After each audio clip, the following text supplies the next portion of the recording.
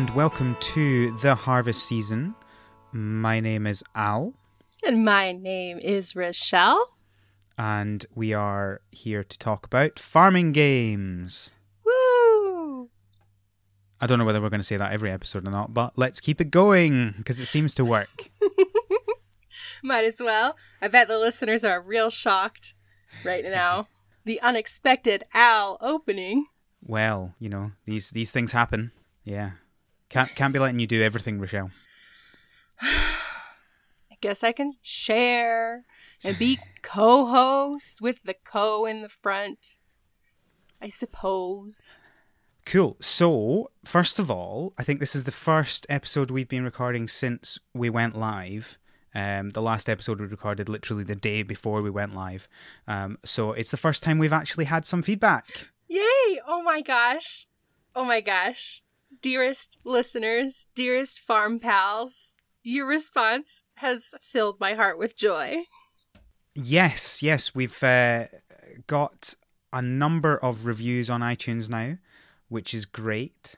Thank you for that. Some very positive and constructive feedback. So thank you to Morden Solace, 88beeson88, 089, and I think that's meant to be Ollie2334. So, and thank you, Rochelle, for making me say all the names. You're welcome. And thank you for all the really great farm game puns. Keep it up. I want every review to have a farm game pun. We also got a couple emails, which, just so you know, every time I get an email, I literally scream with joy. And then send me lots of screaming Slack emojis. You bet I do. So thanks to Jay and Ben for sending in emails. I hope our responses were okay.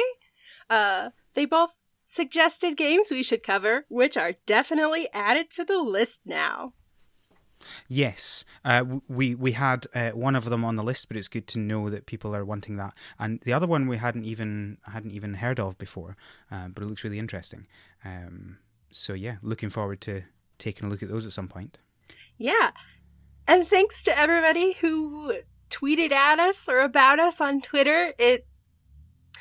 My heart has grown like 35 sizes in the past couple weeks. So thank you guys.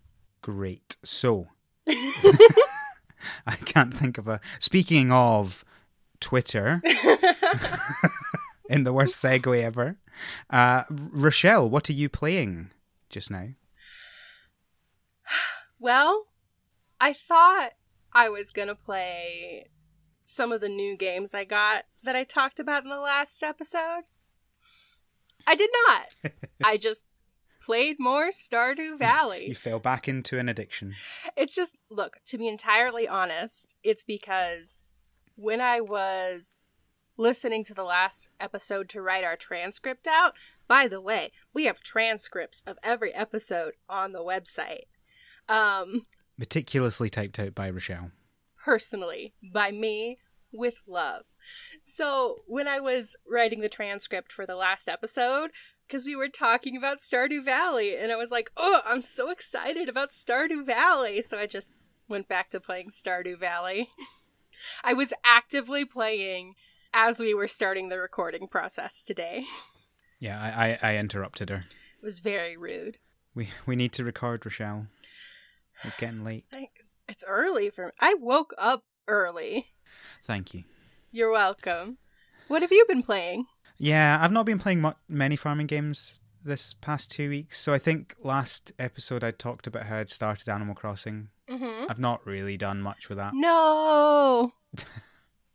I think I've hit the point where I have the same problem with every new game I play, where they are so slow to start off with. And I know that part of the point of these games is that they're slow. But there's something about the slowness of them in the beginning that really frustrates me. And I think it's probably the biggest weakness in the genre, and I've not found any game that doesn't do it. And I think that Animal Crossing has an added issue in that because it's real time, you can't just go to bed and things will have moved on. Obviously things, they grow over time and stuff, and so it's not like you can do a little bit in the day and then not do anything for the rest of the day, because you can still be doing. But I feel, because there's not like one thing I'm focusing on. Like, so for example, when I was talking about how I sped ran the start of Trio of Towns again, I was really focused on a very specific thing. Like, I want to grow a bunch of crops and gain some money really quickly so I can just start, getting further in the game, and I'll just grow these crops and talk to the, one villager and then go back to sleep. I feel like that was really focused, whereas on Animal Crossing, because you can't just do something, then go to sleep and get up the next day, I feel really unfocused with it. And I just don't think the way that it works is really clicked with me yet. Not to say that it won't. I am going to try it again, but I just haven't got it yet. You are suffering from the classic farming game genre illness of choice paralysis, where there's so many things to do that you don't know what to do. My suggestion, which is the same suggestion I give for like farming games and stuff, is just pick something and decide to do it. Yeah, but this is the thing. The problem then is if I pick something and do it, I do it and then I'm done and I can't bring the next day on. I have to wait. I mean, do you see what I mean? So I can't like sit down for an hour and like do that one thing for an hour. Yeah, you can. Especially at the beginning. Like, for example, a really good task for you might be, especially because February is coming up and you're at the end of winter right now in Animal Crossing. So what you should do is collect bugs, for example. Look up a guide for all the bugs and what season they're in and start collecting all the winter bugs and things like that to donate to the museum. That can take hours very, very easily. Well, we'll see. I don't know. It's just, I think I just have to click with the game before I properly get into it. Yeah. Keep checking in on me. I'll do it eventually. You'll get there. If you really, really decide you need a kickstart, I can arrange for maybe the Bell Fairy to come visit you and give you a little boost. Yeah, I'd need to care about what I'd actually use the bells for anyway. That's the problem. Just, I guess, buy the house, but whatever. Anyway, other than not really playing Animal Crossing, I've done a bit of Stardew multiplayer again to make sure that I'm up to date for this episode. And other than that, I was playing Mario, so not a huge amount of farming in the last 2 weeks. But yeah, that's what I've been playing. Nice. So we're going to move on to the news section, and obviously, as we all know, the farming game genre is chock full of games, so there is a lot of news. Oh heck, so much news. So I should note that some of this isn't like brand new news. Some of it is we have just been made aware of games that look interesting, and so we might bring some of them up just now. But some of it is like news that's come out since we last recorded. Like the ultimate, most important piece of news in this entire section? Of course. That farming games are legit real gamer games now, since they're in legit esports. An esports league. Thank you to the 3 million people that sent us Genuine this thank you. I just, for a moment, I would like to give a quick laugh in the face to everyone in my past, whoever told me that farm games aren't real gamer games. You have been proved wrong. You can win money playing farming games. My Schadenfreude levels are through the roof. So yeah, the game series Farming Simulator is now getting an esports league, and I have never been prouder. And for those who aren't aware of what Farming Simulator is, it's basically meant to be a realistic farming simulator. So if you've only had experience with stuff like Harvest Moon and Stardew Valley, it's not the same. It's meant to be much more kind of realistic and kind of making an efficient realistic farm. Yeah. Yeah. I have yet to play a farming simulator game, but right now it's at the top of my list for next game I'm going to buy. I'm very excited. Well, we need to get in on this, esports league. Gotta get making that esports money. Money. What else do we have for news? Yes, well, the second most important thing is obviously that there was a Stardew patch for Switch. Mm-hmm. It wasn't that interesting. If you've been having any issues with frame rates, it fixes those issues. I believe it's only for Switch, this patch. It's not for any other platforms because it was only an issue on the Switch. Yes. But yeah, so if you've been having frame rate issues, go update your Stardew, get playing on your multiplayer again. Since our recording, My Time at Portia has been released out of early access, and they are killing it. They've also released a 1.1 update with a bunch of new features and bug fixes. So I think it was literally like a week between it coming out of early access and the 1.1 update coming out. Mm-hmm. And they've also said that it's coming to Switch and PS4 and Xbox One in the spring. They've not given an exact date for that, but there is that. If they're going by Animal Crossing time, spring is March, April, and May. Well, we'll see. It'll be interesting to see when that comes. I am looking forward to this game. I'll probably wait till it's on Switch to play it, but it looks like a really, really good game. I love the graphics on it. It's your standard farming game. It's got the standard grandfather trope. My favorite trope. The best. Like, how else do people get farms nowadays other than through their grandfathers? Well, to be fair, if you don't have a grandfather, you can always go with the other beginning of a farming game trope, which is you show up with amnesia, you don't know how you got there, but you're gonna farm the farm. Thanks, Rune Factory. I do want to cover one thing about My Time at Portia, which is less than positive. People might have seen that there was a controversy recently about Team 17, which is the company that make My Time at Portia. You may know them from Worms games. They apparently did not pay voice actors that were recording for their game.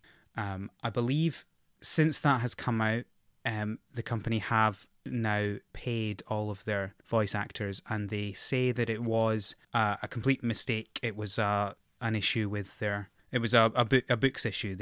Something got missed, and therefore the payments didn't go out. But yeah, I think it's a bit of a shame that something like this has happened. Obviously, we are very strongly believe that people who work on these things should be paid, whether you're a developer, a designer, a voice actor, a musician, a composer, whatever it is you do for these games, you should be getting paid for your time. People should get paid for their work. Absolutely. That is the official stance of the Harvest Season podcast. Yes. We're making official stances left, right, and centre. I didn't realize when we started this that we would have such strong opinions on thoroughly random things. Such strong opinions on basic human decency. Yeah, so I think it's a bit of a shame, but it's good that they've owned up to the issue and they have fixed it. Mm-hmm. I don't think there's a huge amount left to say about that. I don't know what you think. I think I'm excited to play this game. I am. And, the other thing that I missed to talk about is that this does have an interesting thing that I've not seen in a game like this before. Maybe you've seen more, is that you do have a workshop. I'm not sure exactly how that works. And obviously you do have crafting in other games, but the workshop aspect is quite interesting because you have villager requests to craft things for them, so that could be quite interesting. But as I say, I've not seen how it actually works in the game. But the idea of running a workshop as another income stream does sound quite interesting to me. Indeed. I think with a lot of straight farming games, you don't see that a lot, but I know that having a workshop is common, and I think it's in every Rune Factory game. I love Rune Factory. This is not even the first time I've mentioned Rune Factory today. What is this nonsense? Yeah, you have workshops in the Rune Factory games. I think a little bit more because those games are oriented towards it's half farming, half like dungeon battling mechanics. So like you can build a workshop and different types of crafting stations and make things like potions and armor and weapons and things like that.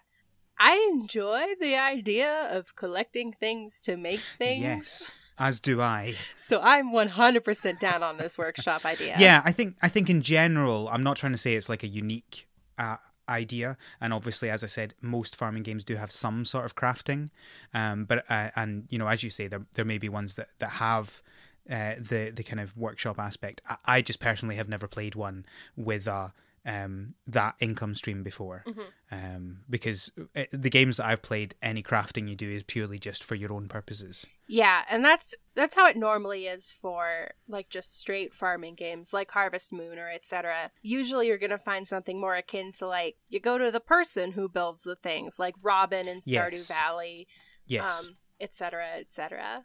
Exactly. So this is looking like a good game. I'm excited to try it out once it comes onto Switch. Other games, other news.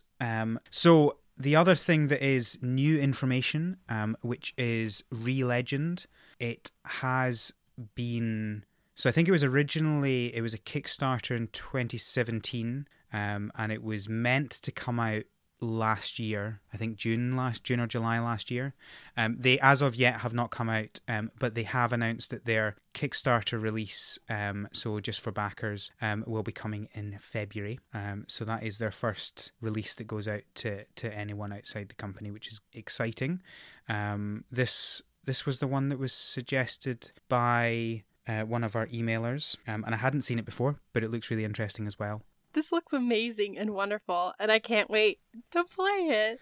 And of course, so the interesting thing that this one has is you can grow crops underwater. Which looks so cool. And in the sea. I'm just going to put out there, the aesthetics of this game are like 100% made for me. I love it. It's so adorable. It does look really nice. You also seem to have, there are creatures that you can tame as well in the wild. Mm-hmm. Which is cool. And yeah, the graphics look really nice in this game. Looks really great. I'm really looking forward to trying this one. It feels to me like it has a very Rune Factory vibe. I do not know why Rune Factory is apparently the theme of this episode. It's not about Rune Factory. But like in Rune Factory, like there's not like cows and chickens. There's like monsters in dungeons that you can tame that will give you like milk and eggs and stuff. And so that gave me a very Rune Factory vibe of like, you gotta go tame the monsters. Well, and do you know what the backstory trope to this one is? Have you looked into that? No. What is it? Well, I believe in this one you wake up stranded on a beach with no memories. What? I'm telling you, there is only 2 ways to get a farm. And it's through amnesia or dead grandpas. Neither of them through working and building up money to buy one. No. That's nonsense. Well, actually, I think that there is one Harvest Moon game. Is it DS Cute? It might be DS Cute. Where you get the farm because you live in the city and you read a newspaper ad for like, come farm a farm. And you're like, that sounds great. That's the only one I can think of. Is that one any good? Yes. Oh. It's the girl version of Harvest Moon DS. Ah. And those ones connect because back in the original DS, you could put in a DS game, but also a Game Boy Advanced game. Yes. So if you put in both, so there's 2 pairs, this is going to shock you. You can put in either Harvest Moon DS and Harvest Moon Friends of Mineral Town, which is the Game Boy Advance game. Or you can put in Harvest Moon DS Cute and Harvest Moon More Friends of Mineral Town. I bet you can't guess. I bet you can't guess that that's the girl version of that game.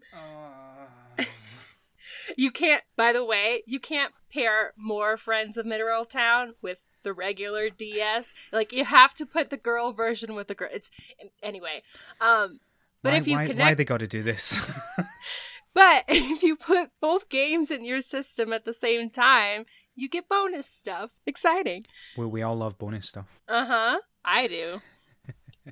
Are you gonna love Stranded Sails, Explorers of the Cursed Island?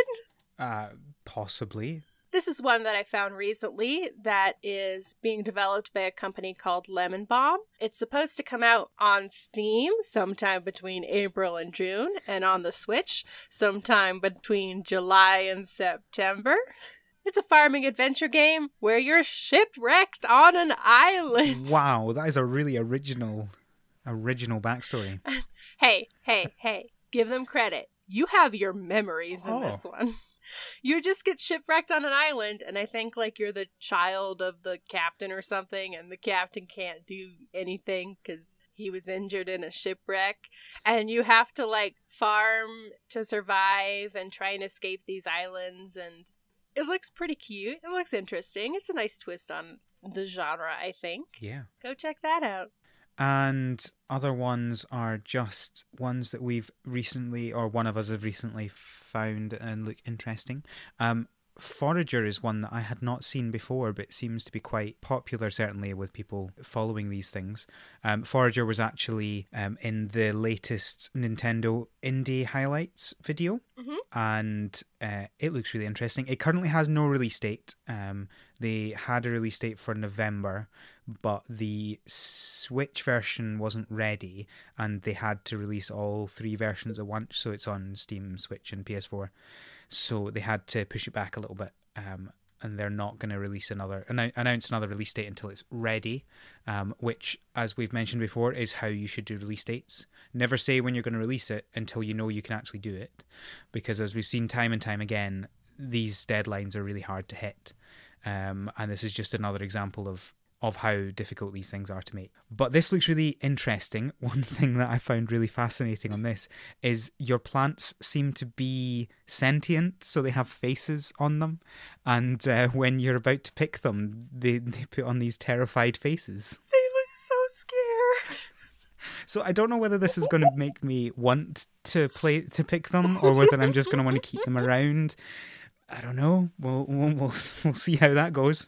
And there seems to be a lot of focus on combat, and it looks to be a lot kind of faster combat than most of these games tend to be.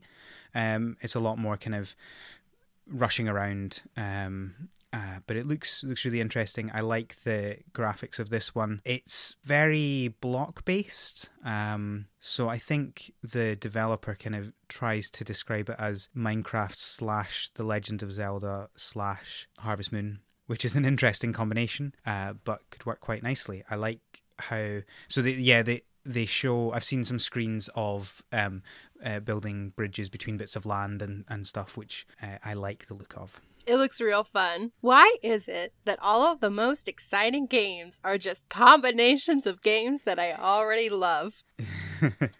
Yeah, it's a good question.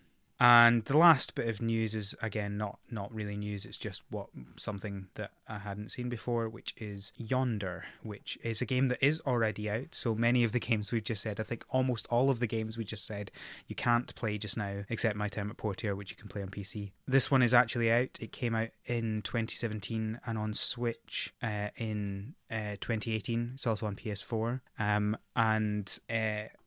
It's a farming game. So it's called Yonder, the Cloud Catcher Chronicles. I like how it looks, but I've not looked too much into it. It looks quite nice. Agreed. And that's the news. That was a lot of news.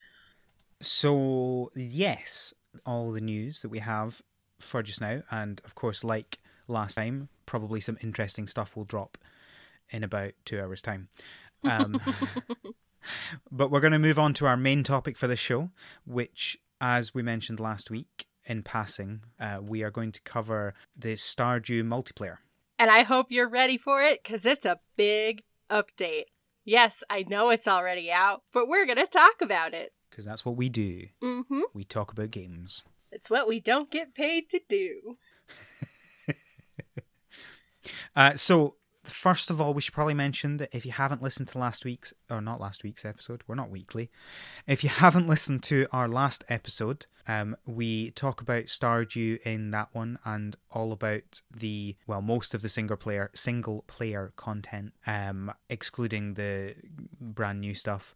We didn't even cover like a tenth of the single player content. Okay, we covered what we were talking about in that episode. So if you want to hear us talk about Stardew Valley, we mostly talked about characters. If you want to hear that, go listen to that. Or if you want to be a renegade, living on the edge, don't. Yeah, or don't. Just dive right into multiplayer. Yeah. It only goes, uphill from here. Mm-hmm. So the multiplayer is a brand new feature in the 1.3 update and is currently on PC and Switch. It is coming to other platforms later. I don't know, have they announced that it's coming to all platforms? Like, is it coming to iOS, for example? Or do we not know specifically about that? I don't know about iOS, but I know it's supposed to come to like PS4 and Xbox, which I think those are the only three it's on other than what it's already on. It's on Vita as well, PS Vita. It is? People still have Vitas? Yeah. It is a current gen console. I wish you could see the face I was making. That's fine. Yeah, no, it's on the PS Vita as well. I'm acting all shocked as if like I have like emotional investment in the PlayStation line of consoles, which I do not. I've like never owned a PlayStation console. I gotta tell you, see, when the Vita was announced, I was so excited. I went to, and I'm not kidding, I went to a PS Vita launch party in Glasgow. That's adorable. It was fantastic. I mean, it was all right. It was a little bit weird, but it was good fun, and it's basically the only time I've played a PS Vita. Although I should be getting one soon, because my wife's cousin has one that he doesn't use anymore, and he is going to bring it over the next time he comes. So I should be getting a PS Vita soon. Not that I'm going to play Stardew on it. You don't want to buy Stardew again? Again, yes. What haven't I bought it on? Buy it twice, and you're still paying half as much as a full-price Switch game. Anyway, you were saying? True dat. Okay. I don't know what I was saying. It's on Vita, I think, is what I was saying. I don't know. I don't know whether the multiplayer is coming to Vita and or iOS, but yes, it is definitely coming to Xbox One and PS4. Mm-hmm. But it is currently on PC and Switch. Obviously, Switch being the best console platform to play it on. Yes, I have a clear bias. I'm not even gonna pretend I don't. Yeah, I do find it funny when we talk about games that are coming out and then we say, and of course it's coming out in Switch, and then I remember, oh wait, there are people who don't just play Switches. It's also coming to these other consoles as well. But let's be honest, do you even care? I mean, a little, I guess. I play stuff on the PC too, so. Yeah, no, the PC's fine. The PC. I'm just like, I mean, I care about PC, but who needs an Xbox or a PS4? Well, I have 3 games for my PS4 now. Ooh. Right? 3 games. Until Christmas, I had 1. You have 3 games and a PS4 more than I do. Well, that's true. There aren't many games that I want to play on the PS4. Mm-hmm. Let's not get into that. I just. Do they have Harvest Moon in Stardew Valley? No. Sorry, guys. Well, they do have Stardew Valley. Shh. I mean, we literally just talked about that. So, Rochelle, do you want to give an overview of how the multiplayer works? I think you've played it more than I have. Oh, I have played a ton of multiplayer. Yeah, so I want you to imagine generic Stardew Valley gameplay. Now add to that, on your little farm, you can build up to 3 little cabins, and another person who you know can move into that cabin and farm with you. Which sounds simple, but it's very fun. So it's 2 to 4 players. Each player has their own little cabin/house, which you can upgrade. So you can make them bigger, you can add rooms, you can marry people. The only difference is only the host of the farm, the person living in the regular big farmhouse can have the basement that lets you get the wine casks. Yeah, the barrels, aging casks. That's what they are. But everybody has their own little house, and you have your own skills and your own individual relationships with villagers. But the time is the same for everybody. Time no longer pauses when you're, for example, in a menu or talking to a villager. Which is a very confusing thing to get into your head when you first go in there. Yeah, it's a huge adjustment to be like, oh, I have time to drop things off in the shipping bin and then get to my house before 2 a.m. No, you don't, because time passes while you're putting stuff. Okay, it's fine. It's adjustment, but it's fine. You also share money. You have the same wallet between all of you, which is something everybody should be made aware of at the beginning. I have a great story about that. Oh, I do too. What's your story? Well, so I'm playing Stardew multiplayer with people at work, and this was the first time I'd played the multiplayer, and I don't think anyone knew, because I think it was the first time we'd all played it, and so I just went and spent all our money on potatoes. No. No.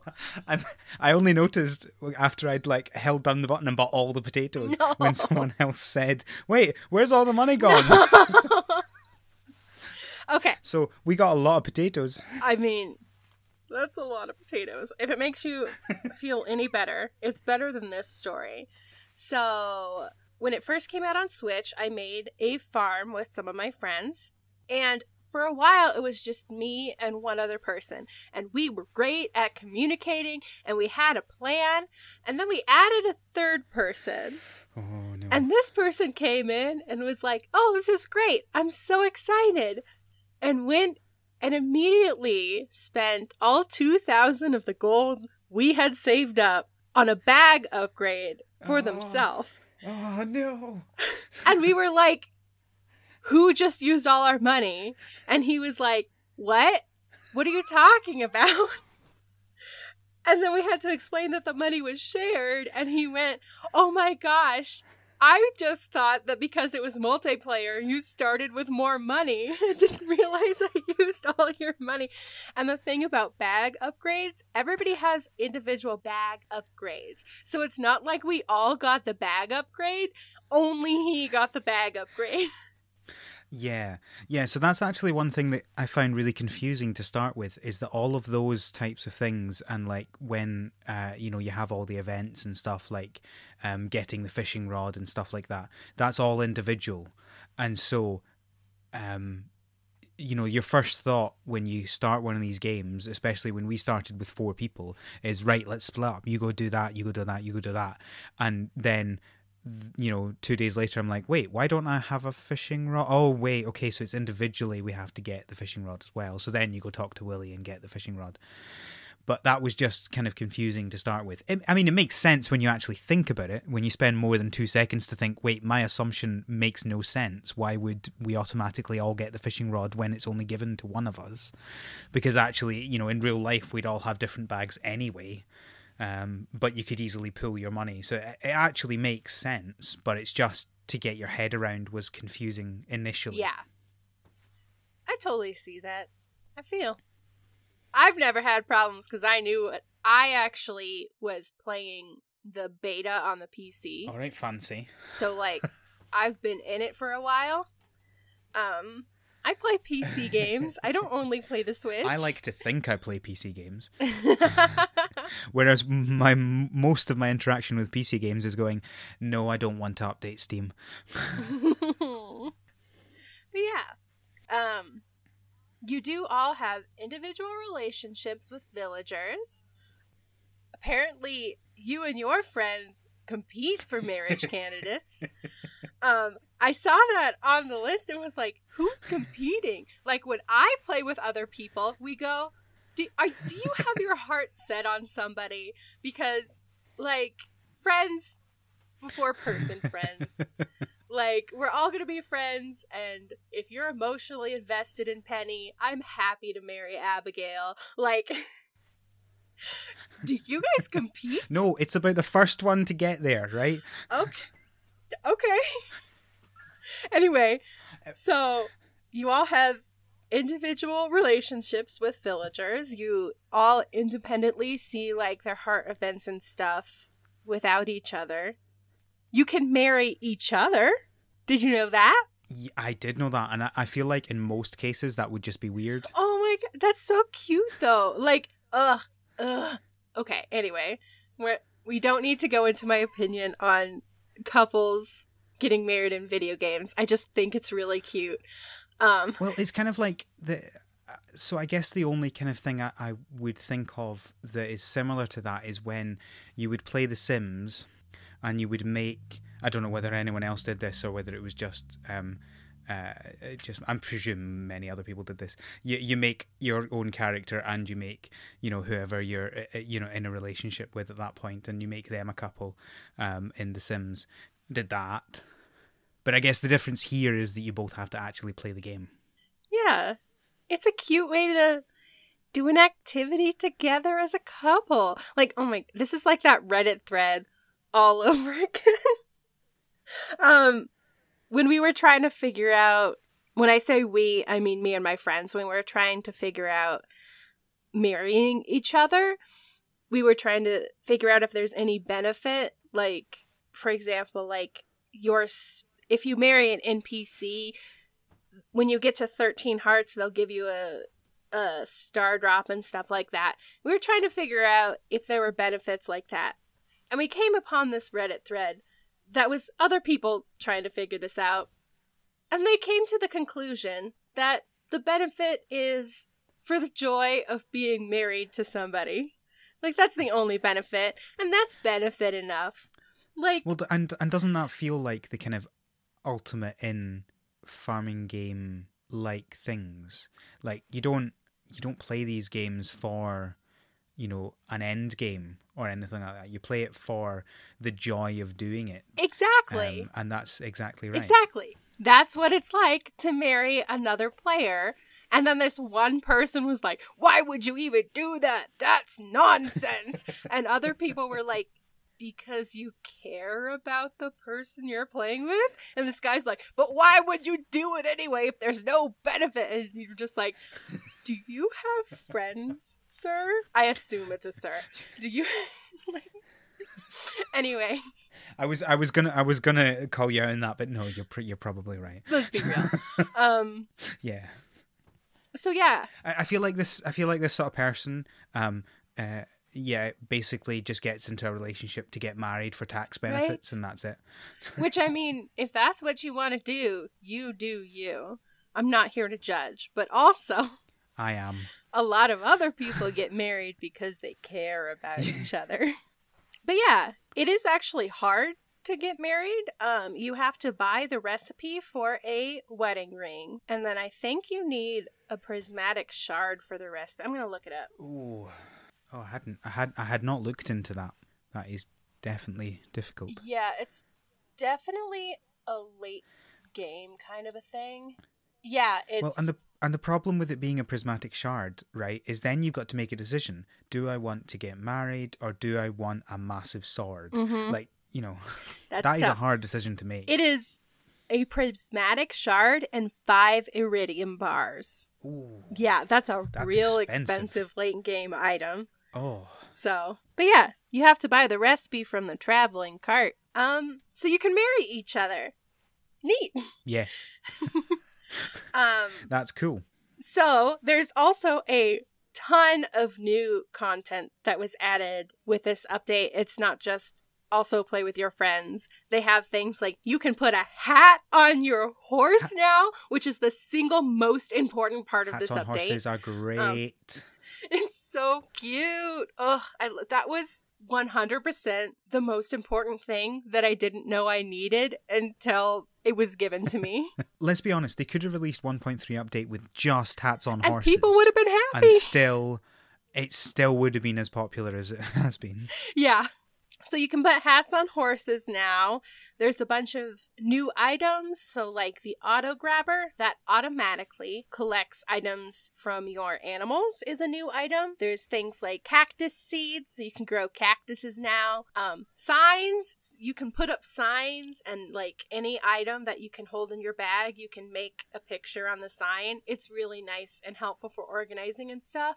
There's a garden pot, which is really neat, that lets you, it's a 1 square pot that lets you grow any seeds inside, which is really fun. So like you can essentially turn your house into a greenhouse. Yeah, I was going to say that essentially works like the greenhouse, doesn't it? Yes, it does. And you have to unlock the greenhouse to get the recipe to make that.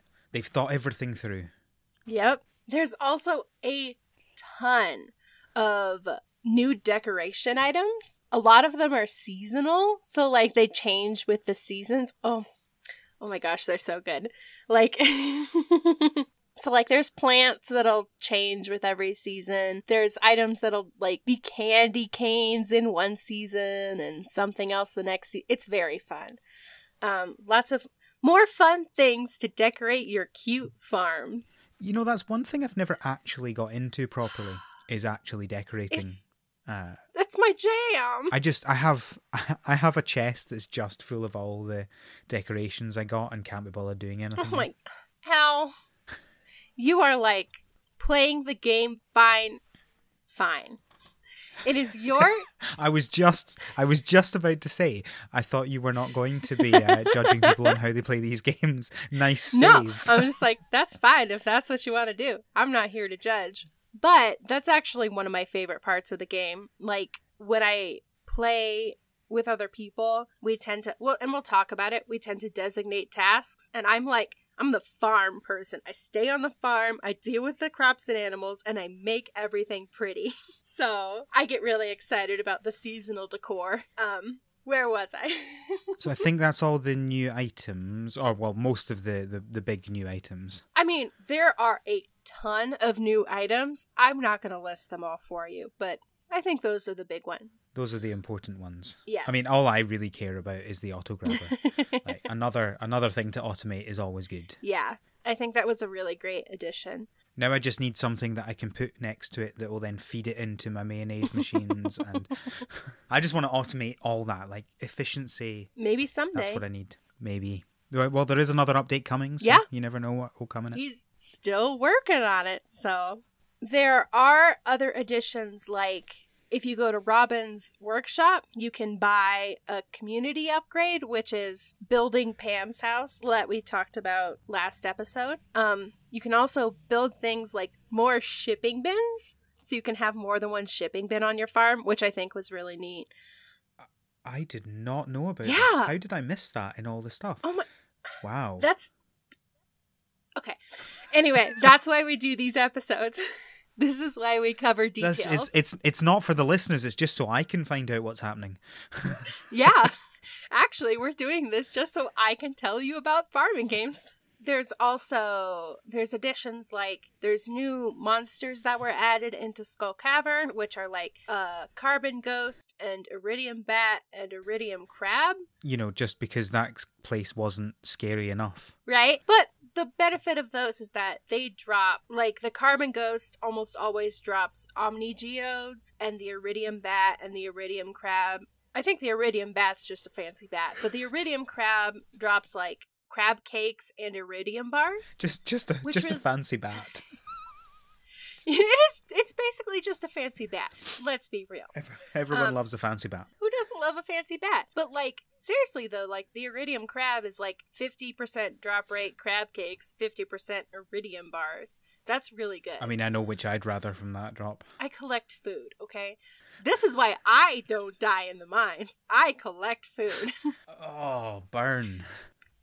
Anyway, so there's that. There's some general quality of life updates that I really liked. For example, they've added into the sewers a statue of uncertainty, which allows you, I think it's like 10 gold. It's 10 grand. 10,000, almost the same.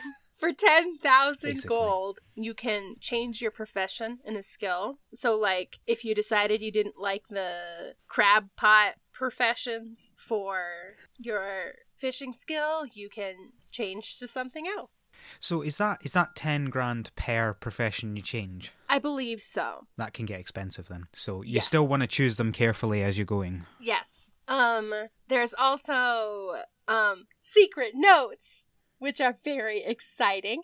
Secret notes? Secret what are notes. these?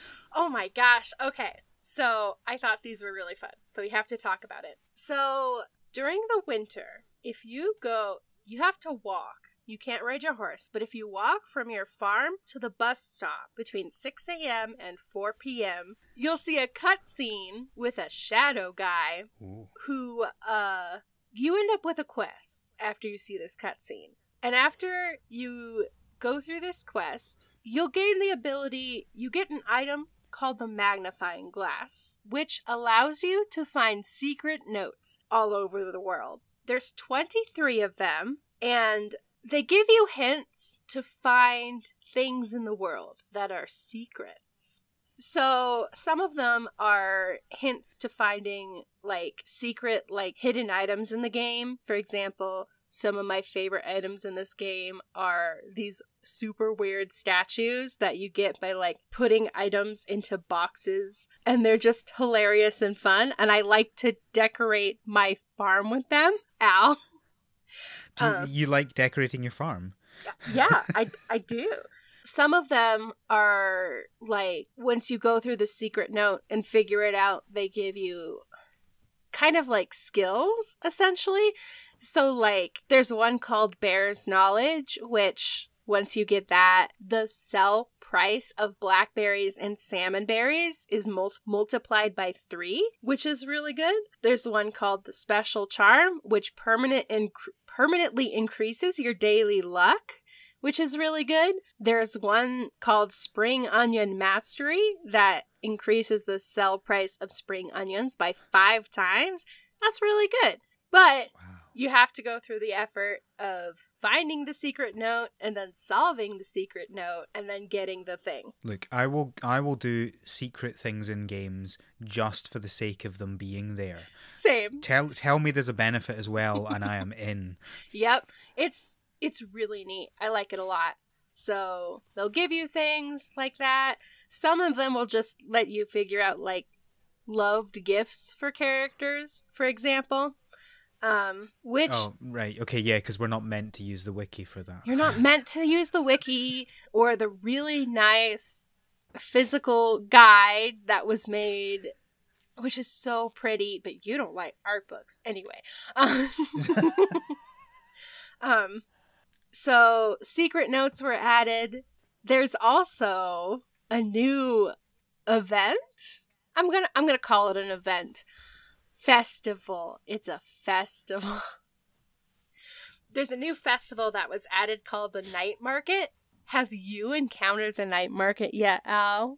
I haven't actually, no. I haven't either, because when we started recording, I was playing the day before the Night Market. My luck. Anyway, so the Night Market is 3 days at night, winter 15th through 17th. And a whole bunch of boats show up on the docks, and they sell stuff or take you for a boat ride and things like that. There's a coffee merchant who will give you a free cup of coffee every 10 in-game minutes. That is a lot of coffee. It's a lot of coffee. Like, that doesn't give you... If you want to get lots of coffee, like, I feel like you just stand there because it's very quick. I'm sure that's helpful for people who want to marry Harvey. Harvey really likes coffee. That's one of the best gifts to give him. Or you can get a whole bunch of cups of coffee and sell them and make like 25 grand over 3 days. Of course, my real question is, what's his business model? Like, does he... I feel like the situation here is he face blind? Like, does he not realize that it's the same person coming? Am I wearing a fake mustache? Like, what is happening here? Maybe Maybe the coffee merchant, whose gender you don't know, Apologies. Al, is just a kind and generous person. I'm pretty sure you said he at some point, but maybe I am. I probably did. I'm sorry. There's also a decoration boat where you can go and buy decorations like seasonal plants and etc., which is my jam. Gotta get those decorations.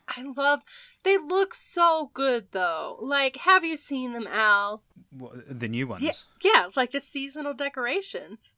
I haven't actually seen them now. Okay.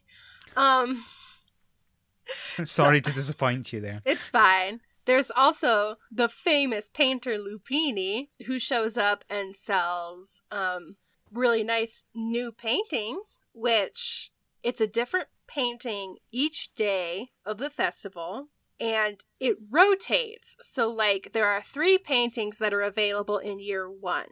There's 3 paintings that are different that are available in year 2. And there's more that are different that are available in year 3. And it rotates forever. So if you really want them all, you gotta really commit to playing at least 3 whole years of this game. There is a fishing submarine, which will take you out on a deep sea fishing tour for 1,000 gold. It takes half an hour to get down into the ocean in game time. And you can catch 3 specific fish there. The midnight squid, the spookfish, and the blobfish, which are new with the update. And you can also catch cucumbers, sea cucumbers, and octopi. And you have a very small chance to find a pearl, which is also a new item. Then, if you don't feel like doing that, you can go to the Magic Shop boat, which is super fun, which sells decorative items and seeds and a unique hat and a unique fireplace. Can I put the hat on my horse? Yeah, you can, because you can put any hat on your horse. It's a cone hat. It's real cute. It's expensive. It's 10 grand. Wait, when you say a cone hat, do you mean like a traffic cone? No? Okay. It's like pink and purple no. and...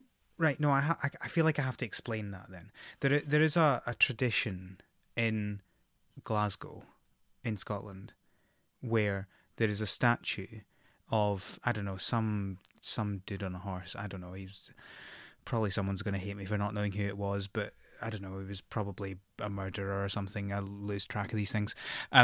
There's a tradition of putting a traffic cone on his head. Oh. So I thought that maybe you meant like a traffic cone, and I thought maybe it was that. I don't know why I assumed that, but there you go. Dark AF. Nice. That's my jam. No. You can see it when you come over. Yes. I will do my best. But yeah, if you want the cone hat, I think it's cute. Don't buy it on the last day, because then it's 10 grand. If you buy it on the first day, it's 5 grand. But if you buy it on the second day, it's only 2.5 grand. Buy it on the second day. The unique fireplace, because with the update, you can buy different types of fireplaces and place them anywhere in your home, which is great for people who like to decorate. So you can buy an iridium fireplace for 15 grand. They also sell like statues that are like really cool and stuff for decorating your farm if you like to decorate your farm. I'm sure some people like to decorate their farm. Probably no one you know. So there's also the mermaid boat, because who doesn't love mermaids? If you go into the mermaid boat, you get to see a cutscene mermaid performance that you can leave at any time, I guess, if you don't want to actually see the performance. So you see the mermaid's performance, and then after the show, there's a bunch of clamshells you can click that will play music notes. And if you play them in the right order, you get a special item. So that's fun. That sounds very pleasing. Mm-hmm. There's also the traveling cart, just the same traveling cart from Fridays and Sundays, who will sell a selection of her usual wares. And then there's a shrouded figure who will teleport you back to your farm for 250 gold, which is nice. It's really cool. I know that's a lot of stuff and random information I just listed, but that's like fun stuff. That is a lot of stuff. And it all sounds really interesting. I think the balance of things in the night market is quite good, because I feel like obviously there's a lot of decorations and stuff, but there's also a lot that you could, if you're not interested in that, there's a lot of other things you can do, which is good. Yeah, and a lot of it is like you can buy a ton of seeds and stuff. Like there's fun things to do. There's a mystery, the mystery of the mermaid boat. I love mysteries. So yeah. That's Cool. all. That is a selection of the most important new things with the update. Yes, that is a lot of stuff. It's a big update. And it is a huge update. Mm-hmm. So I guess we should probably chat then a bit about the multiplayer and what it's actually like to play. Yes, which I know we've I've at least kind of hinted at. Everyone can play it however makes them happy, but I've found... No, there is a right way to play it. Excuse me. I found that a lot of people kind of fall into this thing where everybody who's playing just kind of does a specific thing. So like when I play, there's someone who goes fishing, there's someone who goes to the mines, there's someone who stays at the farm and deals with the crops and the animals and makes everything pretty. That's me. I find that is that common for you? Yeah, I mean, so I think what the automatic thing that we did to start with was just, let's all just do whatever we want. And we ended up with like random patches of farming and stuff. And you have to get a bit more organized after that. Mm-hmm. That sounds about right. It's pretty... I think it has the same sort of free-for-all that regular single-player does, where everybody just has the freedom to do whatever they want. Yeah. But I do like that it encourages a lot of communication. Like, you have to communicate to know what you're spending your money on, and like... or get that moment when everyone realizes and you spend a lot of money on potato seeds. Yeah. Basically, but it's really fun, like, trying to figure out, like when I play it usually ends up, like, we often talk about, like, okay, who needs a bag upgrade first? Which tools should we upgrade? In what order? Can we share a single set of upgraded tools? Because if I'm the only one farming, I'm the only one who needs a watering can, which means we only have to upgrade one watering can, but then do we need to upgrade 2 pickaxes? Or can we just share, like, decisions like that? And you have to, like, really communicate with each other. And I think that was very well designed so that it's not just sitting in silence and doing your own thing. Yeah. In a room with other people. It's, like, actually participatory with other people. Yeah. Definitely. And that was something that you find very quickly, is you can't just sit there and do your own thing without discussing. I mean, you can, but it's not as fun, and it's not as you're certainly not going to get through the game as much as you want to. And yeah. You'll probably just end up finding yourself either isolated or annoyed at everyone else if you don't communicate. So yeah. Apparently some people compete for marriage candidates. That blows my mind. Look, you may be able to play games with other people and just have it as a cooperative play. Some of us need to have the competition in there somewhere, and it's not like the competition comes from anywhere else. Who? When you share a pool of money, there's very little you can actually compete about. Okay, so I have a question for you. Who are you competing over? Yeah, so I think 2 of us are currently, or well, I say actually competing. The other person who was trying to win over Emily got bored of the competition. But I was all for it. You know, let's see how we go. I guess the issue with that is you end up neglecting other things if you're spending all your time competing to win the heart of a villager. Yeah, so currently I am trying to woo Emily in our multiplayer game. So yeah, we'll see how that goes. Good luck. It feels a little bit weird because in my main single player game, I'm married to Haley. So it feels a little bit weird, but Sweet, sweet sunflower wife. I love Haley. Anyway. So while you're competing, remember the one new thing that I forgot to mention, which is there's new heart events. And one of the new heart events is there's a new event when you give a bouquet to somebody to make them your significant other. So race to the bouquet event.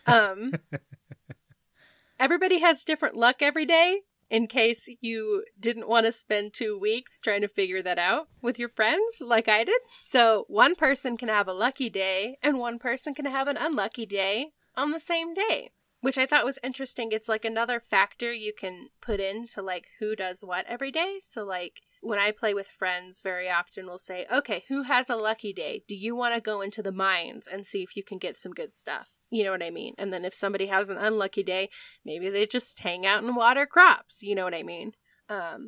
Yeah, I think what I quite like about this is that you can either, your two main ways of kind of coordinating these things are either, as you say, like, one person go here and one person go, one person go to the mines, one person do the crops. And obviously you can, organize that based on many different things, what people enjoy, you might take luck into consideration, these sorts of things. But what is another interesting thing that I've recently thought about is you can either do that or you can all focus on the same thing and actually get through something really quickly.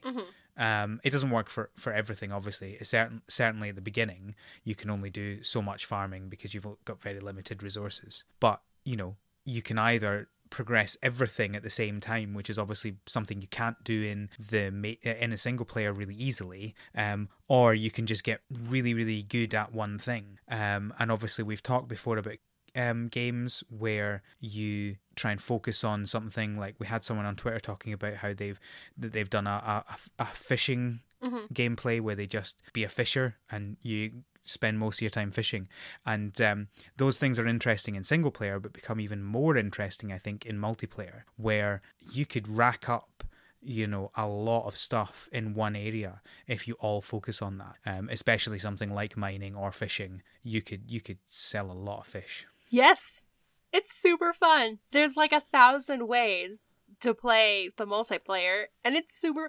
Farming with your friends is so fun. Like, I highly suggest making friends and playing this game with them.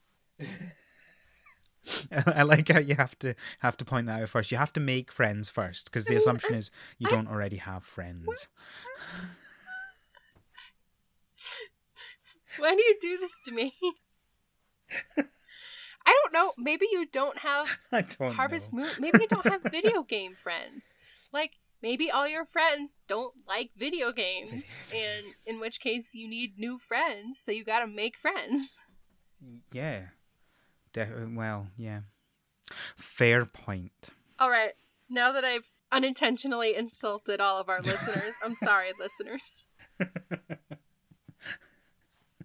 I don't know whether it was you that insulted them or me, but... It's fine.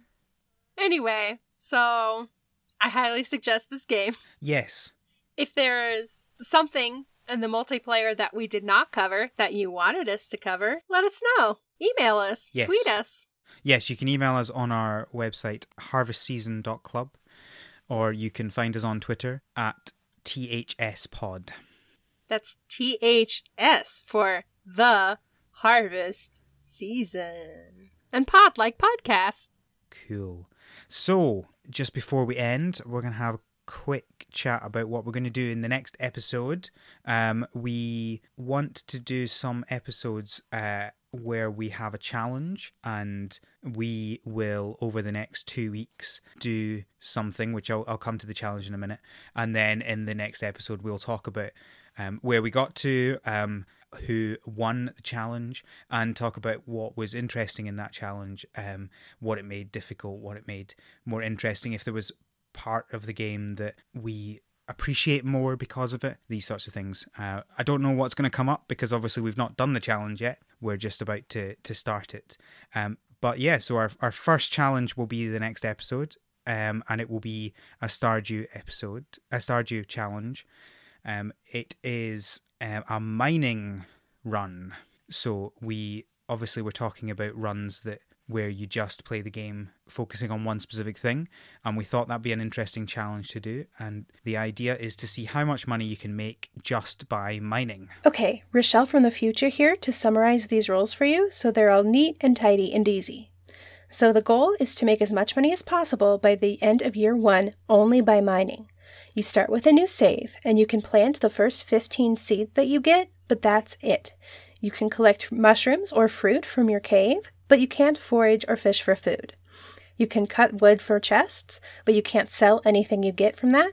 You can get the mine carts either through the community center or through the Joja upgrades, but you can't make money in the process. You can process geodes and upgrade your bag and tools, but the only money you can make has to come from the mines. If it didn't come out of the mines, you can't put it in your shipping bin. So follow those rules and see how much money you can make by the end of year 1 or however far you get from the beginning of your new save. Yes, and obviously we want people to try it as well and let us know what your experiences are. I want to hear how you guys do these challenges with us. We'll see if they're fun, and if they're not, we'll stop, and if they are, we'll keep going.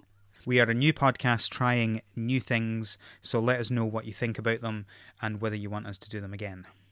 And I guess that's our show for this 2-week period of time. I'm not going to say it. Say it. No. So, thanks for listening. Yes. We've already said where we can find the podcast. You can find me on Twitter at the ScottBot. That's Scott with 1 T. And you can find Rochelle at Miss Delaney. Is that, I can't remember, is that 1 L or 2 L's? Yeah. Two L's. DELLANEY, not 1 L. I'm not sorry that my name is not a standard spelling. Yes, mine's the easy one to spell now. Yeah. For those who aren't aware, I spent a long time trying to find a better Twitter handle that would actually be easy to explain on a podcast. Went through a few iterations. Anyway, thank you for listening, and I hope to hear from you, and keep farming. Have a good harvest. That's the one. Have a good harvest. Yeah. Woo. The Harvest Season is created by Rochelle Delaney and Al McKinley. Our art is done by Micah the Brave, and our music is done by Nick Burgess.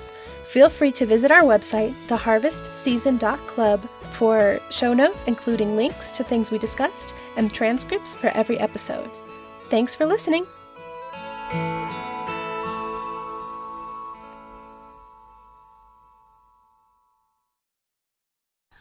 Did you get your games? I got one game. Oh, is it something interesting? Harvest Moon Animal Parade. Which one is that? It's a Wii game. A Wii game? Yes. Just a Wii one? Yes. It's a Wii game. Oh, it's a fun Scottish joke.